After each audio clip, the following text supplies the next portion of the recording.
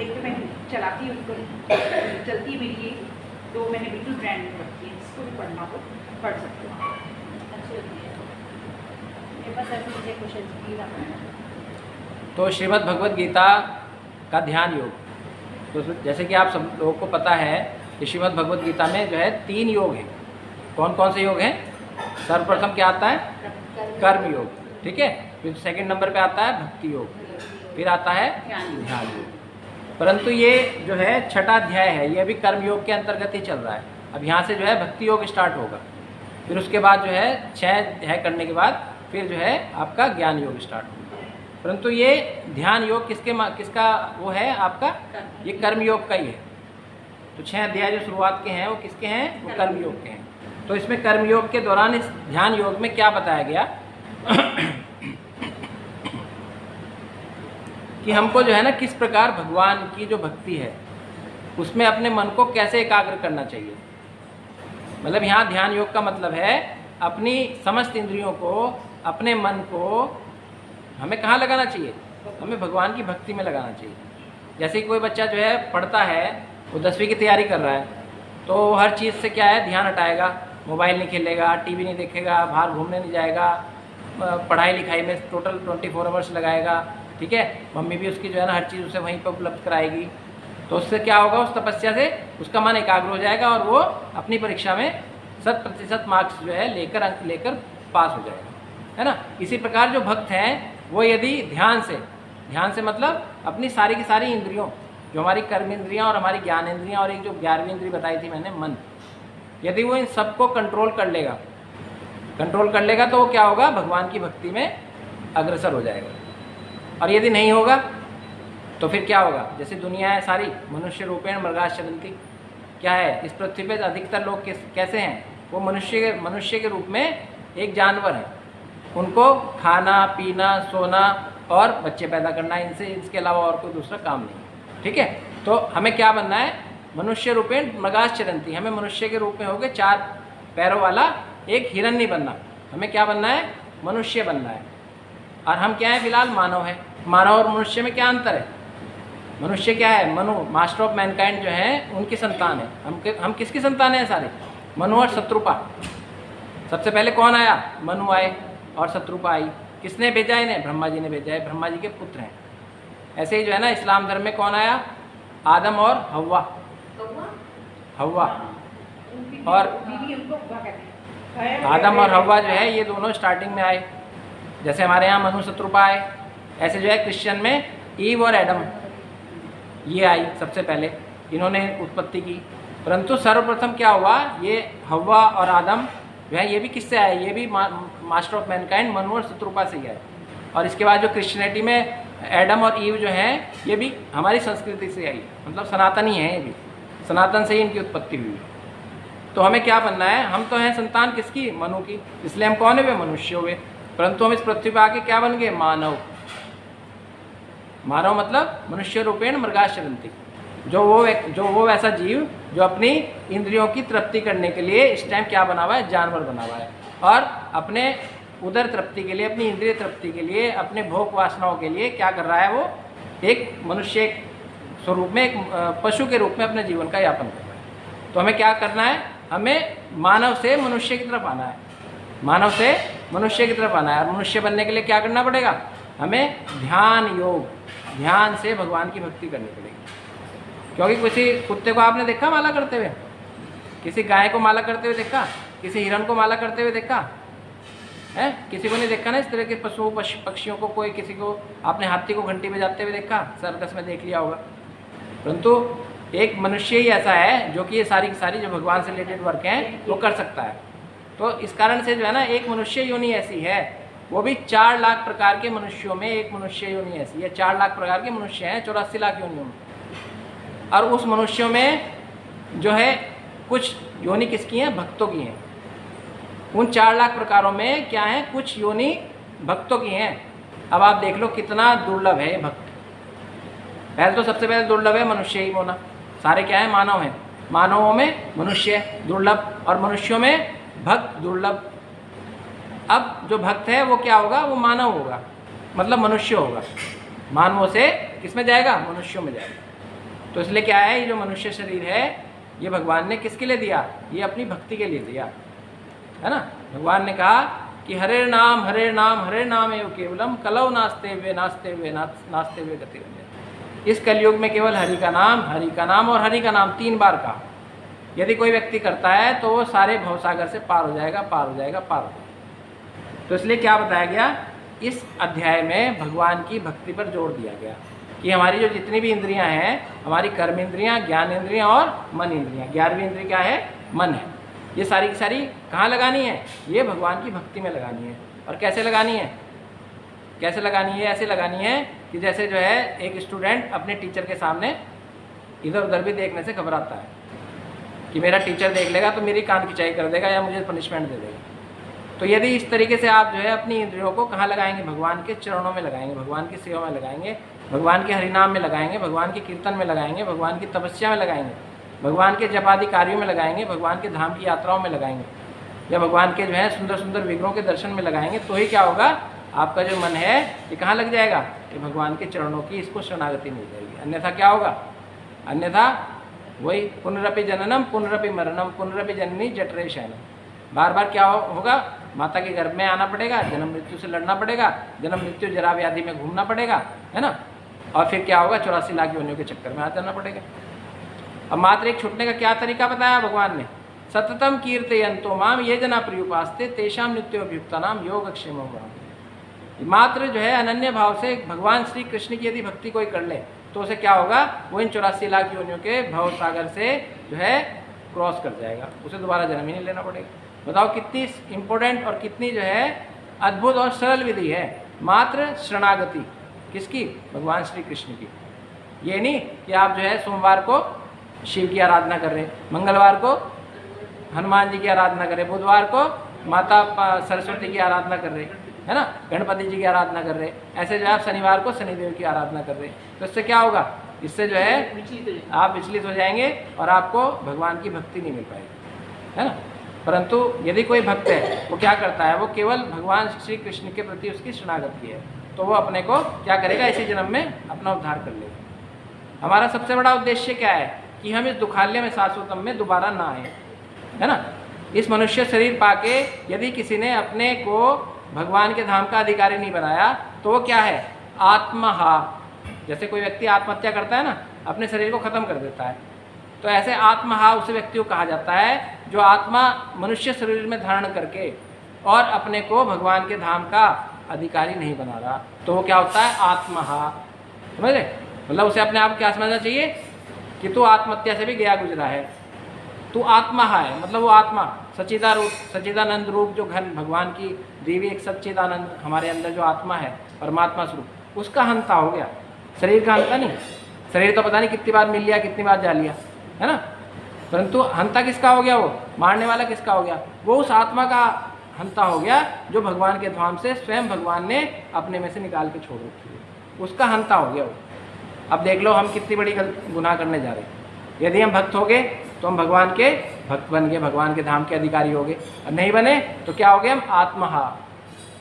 तो हमें आत्महा बनना है, भगवान के धाम का अधिकारी बनना है, तो क्या करना पड़ेगा, कीर्तन करना पड़ेगा, श्रवणम करना पड़ेगा, वंदनम करना पड़ेगा, अर्चनम करना पड़ेगा, दास्य भाव रखना पड़ेगा, आत्मनिवेदन करना पड़ेगा, है ना।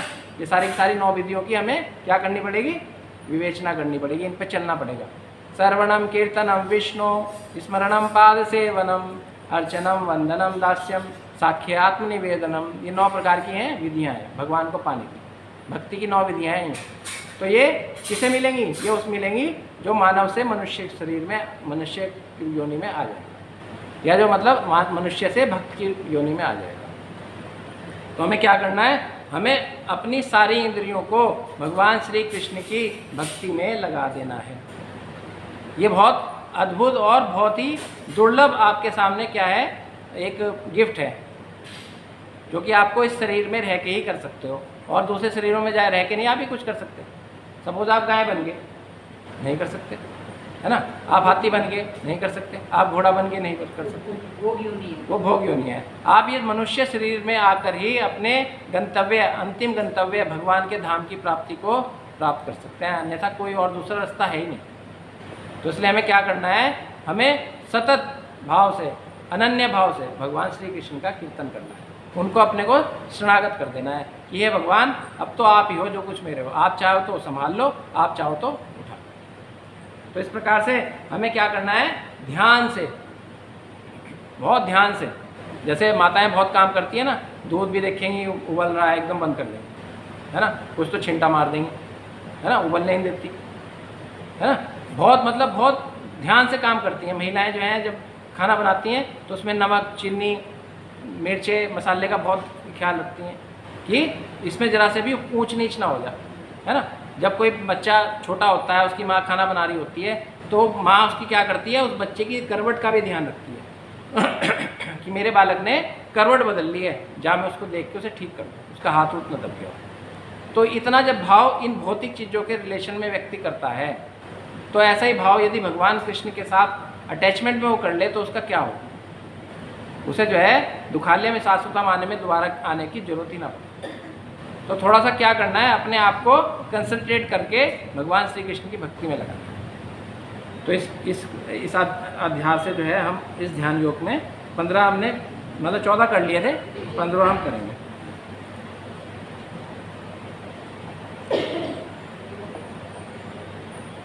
पंद्रहवां श्लोक। युज्यन्नेवं सदात्मनं योगी नियतमानसा शांतिं।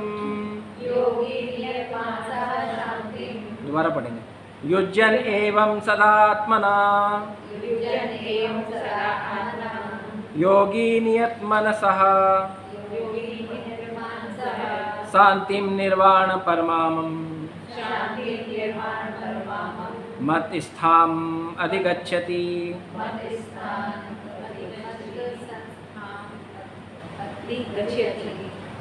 इस प्रकार शरीर, मन तथा कर्म में निरंतर संयम का अभ्यास करते हुए संयमित मन वाले योगी को इस भौतिक अस्तित्व की समाप्ति पर भगवत धाम की प्राप्ति होती है। देखो कितनी बात इंपॉर्टेंट बोल दी भगवान ने।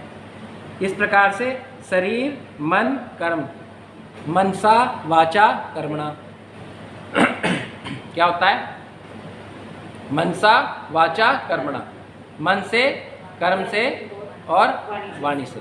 ठीक है। अब इसमें भगवान कह रहे हैं इस प्रकार शरीर से, मन से और कर्म से क्या करो, निरंतर संयम का अभ्यास करो। संयम क्या, ध्यान, कंट्रोल, रेगुलेशन। समझ रहे ना ये वर्ड। कंट्रोल मतलब कंट्रोलर, हर चीज़ को कंट्रोल करने वाला। रेगुलेटर मतलब रेगुलेटर, वो भी क्या करता है, कंट्रोल करता है, कम ज़्यादा करता है ना। ठीक है। तो ये सारे के सारे क्या हैं, ये संयम का अभ्यास करने के यंत्र हैं। कैसे, मन से, वचन से और कर्म से। हम जो है 3 प्रकार के पाप करते हैं। किससे करते हैं, मन से, वचन से, कर्म से। मनसा वाचा कर्मणा। इसलिए जब हम ज़्यादा पाप कर लेते हैं तो हमें कौन लेने आता है लास्ट में, जो पाप करता है कौन लेने आता है, यमराज के दूत लेने आते हैं। उन्हें बोलते हैं यमदूत, यम भट्टा। तो वो क्या होते हैं, वो 3 तरह के यमदूत आते हैं। क्यों आते हैं 3 तरह के यमदूत, क्योंकि हम जो है मन से, वचन से और कर्म से क्या करते हैं, पाप करते हैं। परंतु कलयुग में भगवान ने एक छूट दे रखी, मन से किए हुए पाप जो है रिजेक्ट, उसका कोई पाप नहीं लगता। जब तक मन से करे तो जब तक आप जो है मन के पाप को कर्म में नहीं लाओगे, तब तक आप जो है उस पाप से बच जाओगे। आप मन में कितनी गाली दो मुझे, कोई पाप नहीं लगेगा। लेकिन अगर ठीक है, यदि आपने जो है बोल के गाली दे दी तो आप तुरंत पापी हो जाओगे। आपको जो है ना एक भक्त की निंदा करने की के अपराध में आप जो है गिरफ्तार हो जाओगे। तो कलयुग में क्या है, एक भगवान ने बहुत बड़ा गिफ्ट दिया हुआ है, मन से आपको किए गए जो पाप हैं उनकी छुट्टी है।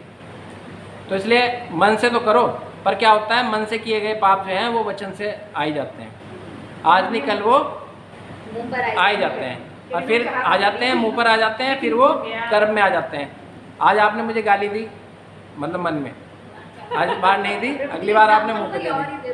आप ऐसे मत करो प्रभु जी। सुनो, आप इस टाइम जो है ना अपने को ये मत मानो कि हम समझने के बाद वो है, मतलब आप इस टाइम ये मान लो कि भाई हम लोग यहाँ पर क्लास में बैठे हैं, भगवत चर्चा करते हैं, ना तो आप कुछ हैं ना मैं कुछ हूँ।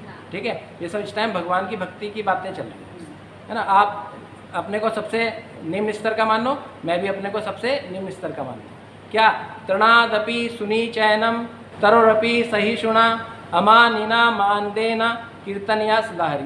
क्या हमें अपने आप को तृण से भी नीचे समझ के व्यवहार करना है, ठीक है। पेड़ से भी ज़्यादा श्रद्धावान बन के काम करना है, ठीक है। तो ये क्या है, ये हमारी एक भक्तों की स्थितियाँ हैं।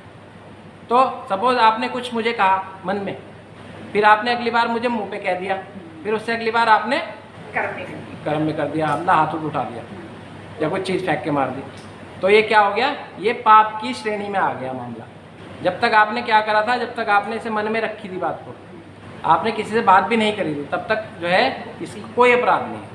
तो इसलिए मनसा वाचा कर्मणा, और मन से, वचन से और कर्म से, ये 3 तरह के जो पाप होते हैं, इसी कारण हमें यमदूत लेने आते हैं, 3 यमदूत लेने आते हैं। ठीक अच्छा है प्रभु जी, उसका क्या, जैसे सपोज करो आप ही की बुराई करी, हमने मन में सोचा और हमने आपसे तो कुछ कहा नहीं, मगर मैंने इनसे कहा, हाँ, तो वो बस हो गया ना काम, आपसे तो नहीं कहा ना, कर्म में आ गया ना, कर्म और वचन में। बना दिया ना भाई, देखो इनको नहीं बताया, मान लीजिए कि वहाँ तक नहीं जाएगी, लेकिन आप एक वाइब्रेशन बना दिया, आपने अपने मन की तो अपने को यदि डिफेंड करना है, अपने को बचाना है, तो क्या करना है, क्या करना है, मन से अपराध करो। मैं नहीं कहता करो खूब, यदि कोई बाई चांस गलती से हो भी गया तो वो आपके लिए क्या है, एक फ्रूटफुल है, उसे छोड़ दो भाई, मैंने मन से कर दिया, बस खत्म हो गया, है ना। यदि आपने इससे आगे को अपने को ट्रांसफ़र कर दिया, किसी और स्टेप पे आप आ गए, तो आप जो है फिर किसमें, कर्म बंधनों के उसमें पास में फंस जाओ, ठीक है। तो इसलिए क्या करना है, इस प्रकार शरीर मन कर्म में निरंतर संयम का अभ्यास करें। संयम मतलब ध्यान से कंट्रोल करने का, अपने मन को भी कंट्रोल करने की कोशिश करें, है ना। अपने शरीर को भी कंट्रोल करने की कोशिश करें। शरीर क्या है, शरीर जो है 10 इंद्रियों का एक घर है, 10 इंद्रियां है ना, तो 10 की 10 इंद्रियों को कैसे कंट्रोल करेंगे भाई, आँखें हैं उन्हें कैसे कंट्रोल करेंगे भाई, आप हर टाइम भगवान की जो है अच्छे अच्छे विग्रह देखो, है ना, तो आपकी आँखें कंट्रोल हो जाएंगी। आपकी नाक जो है भगवान के जो चढ़े हुए पुष्प हैं या तुलसी पत्र जो भगवान के प्रसाद में डले हुए हैं उनको सूंघो, तो आपकी नासिका क्या है, वो कंट्रोल हो जाएगी। आपका मुख जो है भगवान को प्रसाद भोग लगा के उसका उच्चिष्ट ग्रहण करो, उससे क्या होगा, आपकी जीवा पवित्र हो जाएगी, और भगवान का गुणगान करने से आपकी जीवा पवित्र हो जाएगी, है ना। फिर उसके बाद आता है आपका हाथ, दोनों हाथ भगवान के चरणों की सेवा करो, भगवान के मंदिर का मार्जन करो, है ना। श्रीमद् भगवद गीता उठाओ, दो लो, है ना। भगवान के विग्रह इधर उधर करो, सफाई करो हाथ से, है ना। चरणों का क्या काम है, भगवान के मंदिर, भगवान को घुमाने ले जाओ या भगवान के धाम घूम के आओ, है ना। तो इससे क्या होगा, हमारे जो है इंद्रियां जो है क्या होंगी, ये पवित्र हो जाएंगी, ये संयमित हो जाएंगी, और क्या काम करेंगी, ये भगवान का काम करेंगे। और इस प्रकार जो है 11वीं इंद्रिय क्या है, मन। मन को कैसे अर्जुन कहता है कि हे भगवान, कि मैं एक बार को तो जो है वायु को तो कंट्रोल कर लूँगा, परंतु मैं भी नहीं कंट्रोल कर सकता। तो भगवान कह रहे हैं कि अर्जुन तू ये तो कर नहीं सकता, पर तू अभ्यास तो कर सकता है। अभ्यासेन ही कौनते, कि मात्र अभ्यास करने मात्र से ही तू क्या करेगा, इस मन को भी साध लेगा, और जब मन तेरा सज जाएगा तो ये सारी की सारी जो इंद्रियां हैं ये क्या होंगी, तेरी गुलाम बन जाएंगी। इस टाइम तो क्या हो रहा है, ये सारी की सारी इंद्रियां तेरा मालिक बन के तेरे ऊपर बैठी हुई हैं और तुझे अपनी उससे डोर से खींच रही हैं, है ना। कोई कुछ मांग रहा है, कोई कुछ मांग रहा है, कोई कुछ मांग रहा है, उनकी सारी की सारी रिक्वायरमेंट कौन पूरी करता है, ये शरीर करता है, मन करता है ना। रिक्वायरमेंट किसकी पूरी हो रही, उन इंद्रियों की, है ना। सपोज आपने जो है 10 प्रकार के नौकर अपने घर में रखे हुए हैं, एक उधर है, एक उधर है, एक उधर है, तो उन्हें रिक्वायरमेंट होगी तो किसको बुलाएगा, तो आपको तो कहेगा ये मालिक, वो देखो यहाँ ये खत्म हो गया, मालिक उधर देखो वहाँ ये हो गया, तो सारा का सारा किसको कंट्रोल करेगा, वो 10 के 10 लोग आपको कहेंगे कि भाई हमें एक आप, तो आप क्या हुए, आप और किसी काम के तो रहे नहीं, आप किसके मतलब के हो गए, आप उन नौकरों के मतलब के हो गए। कभी आप एक नौकर का ध्यान रख रहे, कभी दूसरे नौकर का ध्यान रख रहे, कभी तीसरे नौकर का ध्यान रख रहे। और हमें क्या बनना है, हमें मालिक बनना है, और हम क्या बन गए, हम नौकरों के दास बन गए। तो मालिक कब बनेंगे, मालिक अब बनेंगे जब हमारी की सारी जो इंद्रियां हैं वो क्या करेंगी, हमारी आंखों से ही समझ जाएंगी, हमारे मन से ही समझ जाएंगी, हमारे हाथ के इशारे से ही समझ जाएंगे, हमें जो है ज़्यादा डिस्क्राइब नहीं करना पड़ेगा। तो वो टाइम कब आएगा, वो टाइम तब आएगा जब हमारा मन जो है वो सद जाएगा, है ना। किसमें लग जाएगा, भगवान की भक्ति में लग जाएगा। और फिर आगे कह रहे हैं कि मन वाले योगी को इस भौतिक अस्तित्व की समाप्ति पर भगवत धाम की प्राप्ति होगी। क्या होगा? इस ऐसा करने से उस योगी को, मतलब जिसने अपनी 10 इंद्रियां और 11वां मन कंट्रोल में कर लिया, उसे क्या बताया भगवत गीता में? योगी। योगी मतलब जो योग के माध्यम से अपनी सारी की सारी इंद्रियों को अपने कंट्रोल में कर लेता है, उसे योगी कहा गया। और जब उसका शरीर, उसकी जो ये भगवत यात्रा है, जो इस पृथ्वी पे आया है, वो अपना जीवन पूरा कर लेगा, तो उसे क्या प्राप्ति होगी? भगवत धाम की प्राप्ति होगी। भगवत धाम, भगवत धाम क्या है? अंत काले च मामेवा स्वर्ण मुक्ता क्लेवरम ये याति से मद्भावम नाति याति संशय। वो व्यक्ति जो अंतकाल में मेरे नाम का सुमिरन करता है, वो उसी चीज़ को प्राप्त कर लेता है ना। जैसे आपने लास्ट जिंदगी भर क्या करा?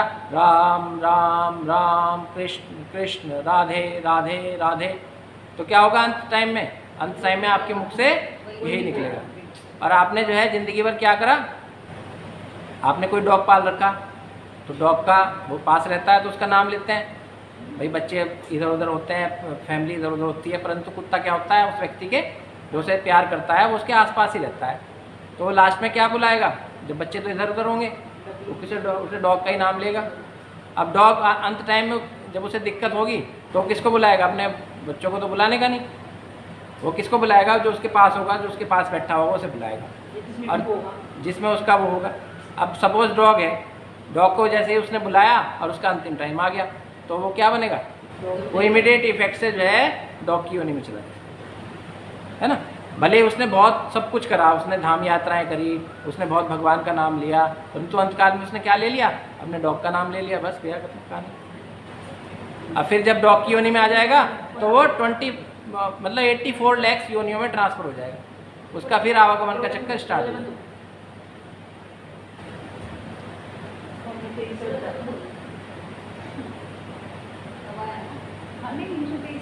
आवाज आ गई, बंद होने के बाद आई।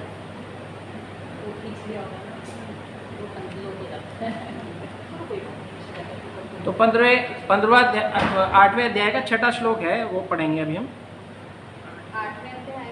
8वें अध्याय का कौन सा है? 8वां अध्याय इसके बाद ही है, 6ठा से ये तो छोटा चल रहा है ना भाई, ये परम परम वो है क्या? नहीं 8वां अध्याय है, 8वें अध्याय का 6ठा श्लोक। भगवत ज्ञान। आ जाओ इधर आ जाओ। हरे कृष्ण हरे हरे कृष्ण हरे कृष्ण। कृष्ण। भगवत प्राप्ति। हाँ, भगवत प्राप्ति अध्याय 8। आज येलो डे है, चांस की बात है, चांस की बात है। मेरा तो बाई चांस 4 से येलो डे जी करो।